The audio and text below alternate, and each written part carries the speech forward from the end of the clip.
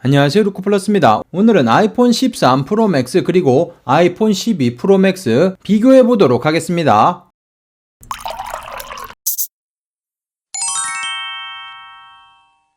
오늘은 저번주에 리뷰해드린 아이폰 13 프로 맥스 요 제품 그리고 아이폰 프로 맥스 12 제품 비교해 보도록 하겠습니다. 일단 외관부터 가장 많이 업그레이드가 되었다는 카메라 그리고 디스플레이 요거를 중점으로 한번 비교를 해볼 거고, 제가 전문적인 테크 리뷰를 하는 사람이 아니기 때문에 보고 느끼는 점만 말씀드리도록 하겠습니다. 수치라든지 이런 것들은 다른 전문적인 유튜버분들 확인하시면 되겠습니다.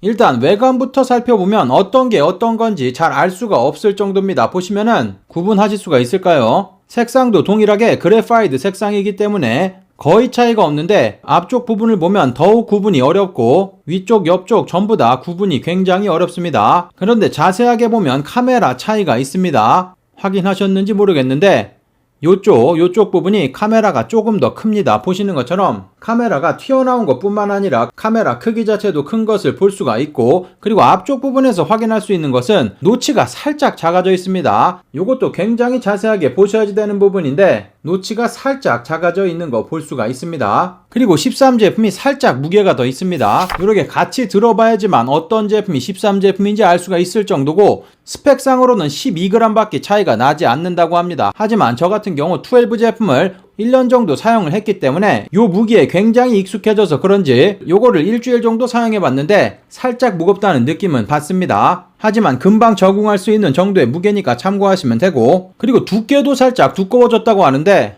요거 눈으로 봐서는 절대로 알아챌 수 없을 정도의 두께입니다. 그래서 외관 같은 경우는 12 맥스와 거의 차이가 없습니다. 요거 가지고 다녀도 새로운 제품이구나 요거를 느낄 수가 없다는 점은 조금 아쉽습니다. 그러면 디스플레이 부분으로 넘어가 보도록 하겠습니다. 일단 밝기를 가장 밝게 해놨습니다. 카메라상에서 느껴지실지 모르겠는데 이쪽 부분 빛이 날아간 거 볼 수 있습니다. 디스플레이 밝기 차이를 바로 느낄 수가 있을 정도로 아주 큰 차이를 보여줍니다.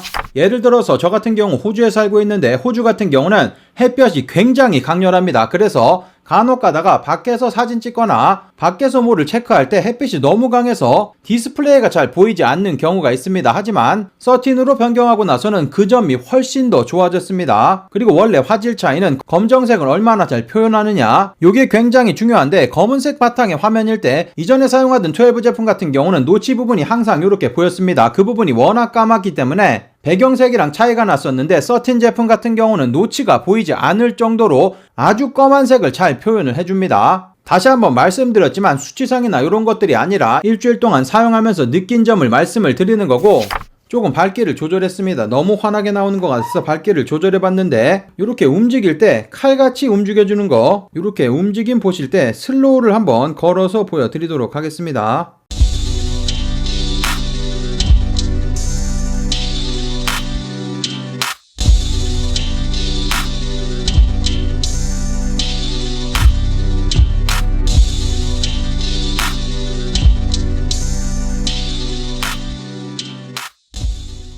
이게 디스플레이가 두 개 다 굉장히 스무스하게 넘어가는 것 같이 보여도 이렇게 옆에다 비교를 해놓고 보니까 13 제품이 얼마나 또렷하게 스무스하게 움직이는 것을 볼 수가 있습니다. 디스플레이 같은 경우는 정말 비슷하게 생겼지만 확연한 차이가 납니다. 물론 비교를 해놓고 봐서 그렇겠지만 실질적으로 만져보고 느껴지는 그 느낌은 굉장히 만족스럽습니다.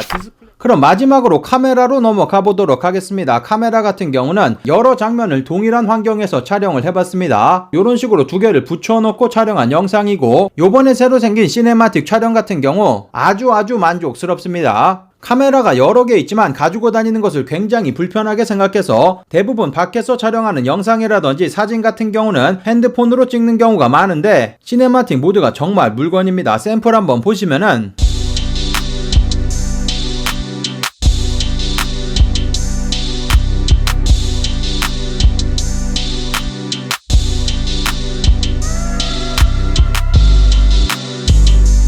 이런 식으로 얼굴만 보여줘도 자동으로 초점이 맞춰지고 뒤쪽이 뿌옇게 되는 이런 현상, 그러니까 사진으로 말하면 인물 사진 촬영할 때와 마찬가지로 비디오를 촬영할 수 있다고 생각하시면 되겠습니다. 카메라 성능 같은 경우는 굉장히 많은 차이를 보여줍니다. 카메라 상에서는 디스플레이가 더 좋기 때문에 13 제품이 훨씬 더 깔끔하게 보이는데 이렇게 동일한 선상에서 놓고 봐도 훨씬 더 깔끔한 이미지를 얻을 수 있고 비디오 같은 경우도 아주 만족스럽게 좋아진 거 보실 수 있습니다. 비디오 같은 경우는 프로레스 아직 지원하고 있지 않습니다. 추후에 업데이트 될 때 넣어준다고 하는데 그거까지 추가되면 더욱더 강력한 비디오 촬영을 할 수가 있을 것 같습니다.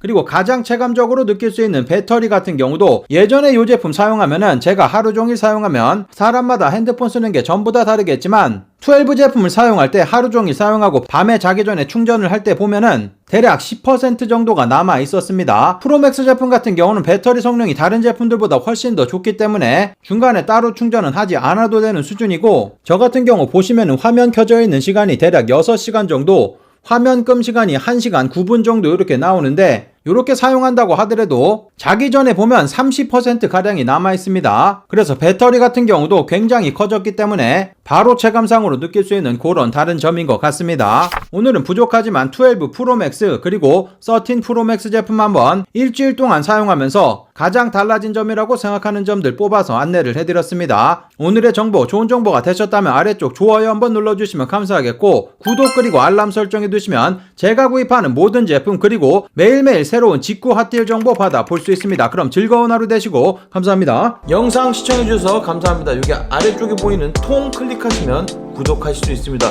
그리고 알람 설정해 놓으시면 더 빠른 직구 정보 받아볼 수 있습니다. 감사합니다.